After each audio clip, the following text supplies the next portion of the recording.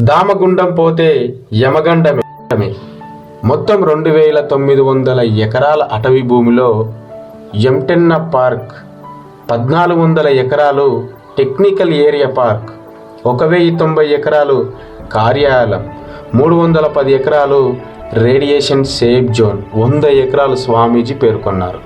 ఒక సంవత్సరంలో ఒక చెట్టు 1,00,000 లీటర్ల ఆక్సిజన్ ఇస్తుందని, ఆ రాడర్ స్టేషన్ కోసం 12 లక్షల చెట్లను కొట్టేస్తే పర్యావరణానికి భారీ నష్టం వాటిల్లుతుందని ఆయన విచారించారు.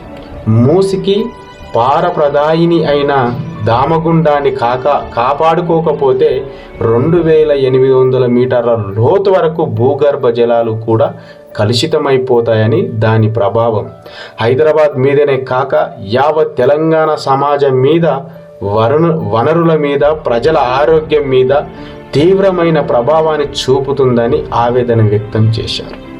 ఈ దామగుండం అడవి కొన్ని లక్షల చెట్లకు నెలవు.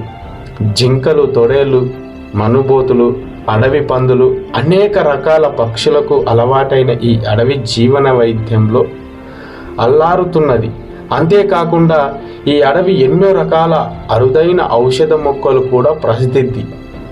వికారాబాద్ జిల్లా పూడూరు మండలంలోని దామగుండం రిజర్వ్ ఫారెస్ట్లో నిర్మిస్తున్న ఈ రాడర్ స్టేషన్ను పలు పర్యావరణ సమస్యలు, గ్రామ ప్రజలు, ఉద్యమకారులు కూడా వ్యతిరేకిస్తున్నారని చెప్పారు. సేవ్ దామగుండం అనే నినాదాన్ని తీసుకొని అటవీ భూముల రక్షణకు స్థానిక ప్రజానికం ప్రయత్నాలు ప్రారంభించాలని చేశారు. వాస్తవానికి మన ప్రాంతాన్ని మనం కాపాడుకోవాలి, మన ఆరోగ్యాన్ని మనం కాపాడుకోవాలి, మన అడవులను మనం కాపాడుకోవాలి. Save the Damagundam.